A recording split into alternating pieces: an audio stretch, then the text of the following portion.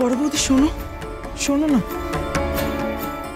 বলছি যে এত কম সময়ের মধ্যে এত আয়োজন কি করে যে করবো বুঝতে পারছি না, জানো তো। ভেবেছিলাম তো আমরা সবাই যে কিঞ্জলের বিয়েটা অন্তত হই হই করে কাটাবো, তাই না? হই হবে তো। এই শোনো শোনো, সবাইকে একটা কথা বলতে চাই। শোনো, সময় যতই কম হোক না কেন, আয়োজনে কিন্তু কোনো খামতি থাকবে না, বুঝেছো? যেমন বিয়ে হওয়ার কথা ছিল ঠিক সেরকম ভাবেই বিয়ে হবে। আরে বাবা, সীমান্ত আর পয়মন্তী মল্লিকের ছেলের বিয়ে বলে কথা, কত নামি নামি বড় বড় লোকজন আসবে আমাদের এই বাড়িতে, মিডিয়ার চোখ থাকবে। ওনার নার্ভ এন্ডিং এন্ড নিউরোমাস্কুলার জাংশনে ড্যামেজ হওয়ার কারণে উনি পুরো প্যারালাইজড হয়ে গেছেন।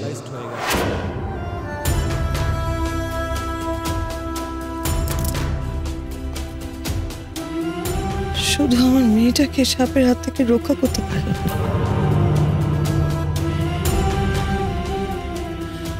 না, বলছি আমার ছেলের জীবন বাঁচাতে কিন্তু আমি কোনো রকম কসুর করব না, বুঝেছ?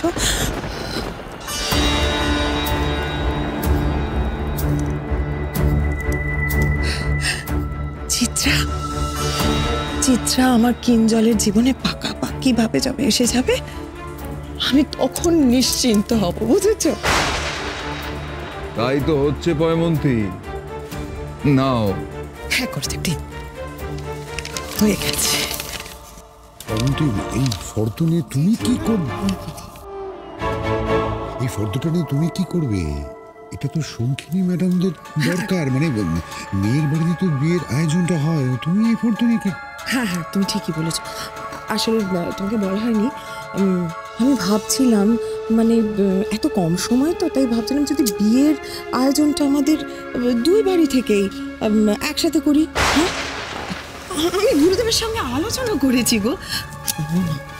বলছি মিসেস বসু তো একা, চিত্রা তো বাবা নেই। শোনো না, যে ওটা তো এই সবে দেশে ফিরেছে, আপনি কি করে বলো তো একা একা সমস্ত কিছু আয়োজন করবেন? সম্ভব বলো? তাই না ঠিক করেছি, যদি বিয়েটা আমাদের বাড়ি থেকে হয়, মানে আয়োজন করা হয়, তাহলে কেমন হবে বলো?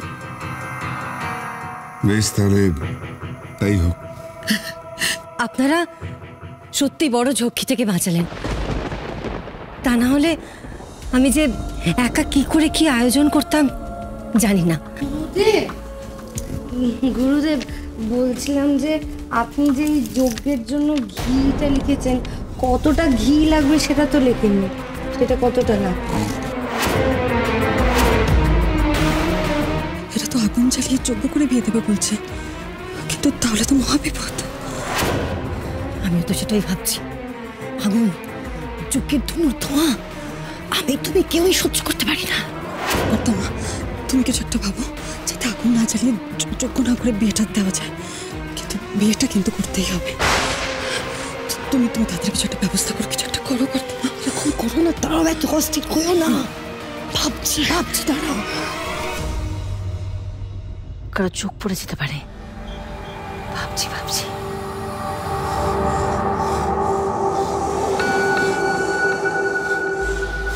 পেয়ে গেছি, দাঁড়াও। বলছিলাম এত কম সময় এত ঘটা করার দরকার নেই, বুঝলেন? রেজিস্ট্রি করে বিয়েটা হলে ভালো হয় না? ওমা, সে কি বলছেন আপনি? আমার ছেলের বিয়ে আচার অনুষ্ঠান নিয়ম মেনে তো হবে, হই হই করে হবে না, রেজিস্ট্রি করে হবে। হ্যাঁ মা, বিয়েটা রেজিস্ট্রি করেই হবে।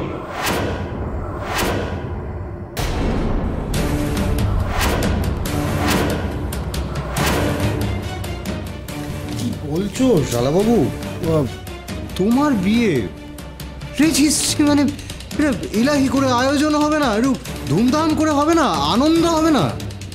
আচ্ছা গৌরবদা, তুমি কি এখনো ধুমধাম করে আনন্দ করার মতো মানসিক অবস্থায় আছো?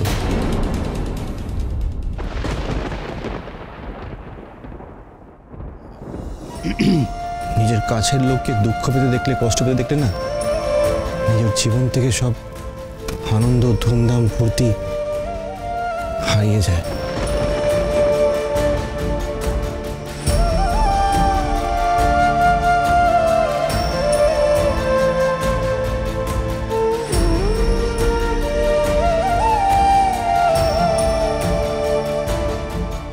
যদি এই বিয়েটা না করিস, কিঞ্জল বিয়েটা না করিস, কিঞ্জল, তাহলে কিন্তু আমি গলায় দড়ি দেবো, তাহলে কিন্তু আমি গলায় দড়ি দেবো।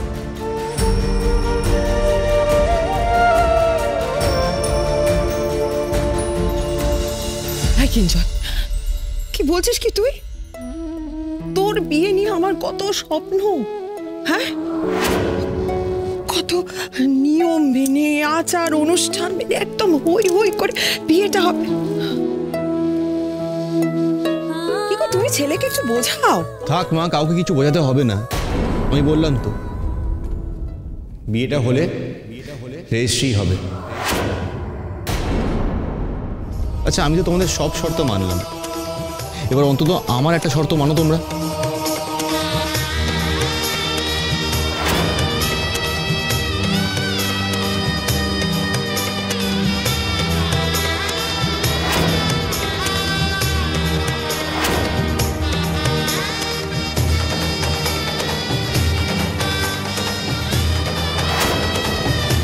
পারবো না আমি, পঞ্চমী ছাড়া আর কাউকে সিঁদুর পড়াতে পারবো না আমি, কিছুতেই না। অন্য কাউকে সেই জায়গা কখনো দিতে পারবো না। মিসেস মল্লিক, কিঞ্জল যখন বলছে তাহলে তার কোনো অসুবিধা নেই বলুন। আমি রেজিস্ট্রারের সাথে কথা বলি, আইনিভাবে বিয়েটা হোক তাহলে। না,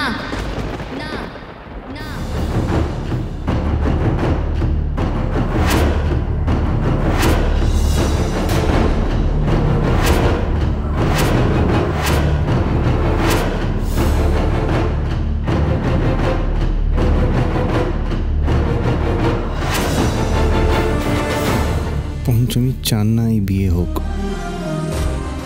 আমি জানতাম আপনি আসবেন বিয়েটা আটকাতে। আপনি আমাকে অন্য কারোর হতে দেখতে পারেন না।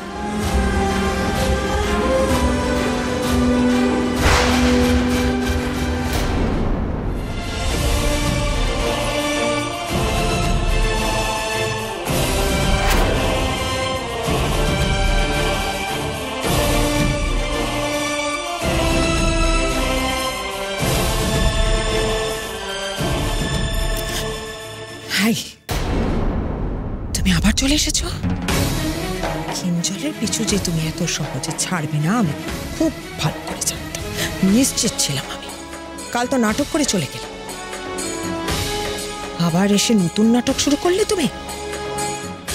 বিয়ে হবে, তবে অন্য কোনো পথে নয়।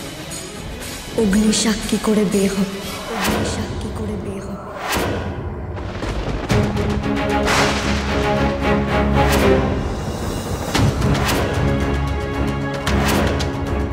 নইলে আবার কিসের বে? অগ্নিসাক্ষী যদি না হয় তবে 7 পাক ঘুরবে কেমন করে?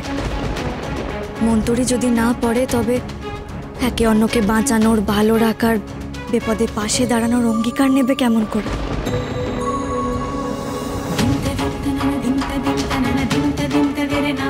বেজে 7 জন্মের বন্ধন গো।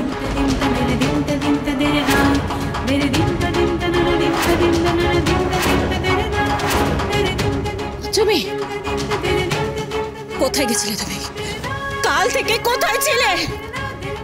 তুমি জানো তোমার জন্য আমরা কতটা চিন্তায় ছিলাম?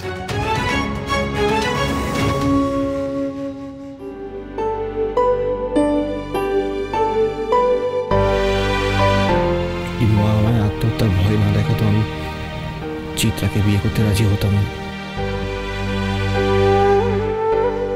চিত্রা না, আমার মনে শুধু পঞ্চমী। এবার আমার দায়িত্ব বাবুরে রক্ষে করা, সব দিক থেকে, সব বিপদ থেকে। কাল রাতে আমি মন্দিরে গেছিলাম কাকিমণি। মন্দিরে কেন? ঠাকুরের সামনে আমি বাবুর ওপর সমস্ত দাবি ত্যাগ করে এসেছি।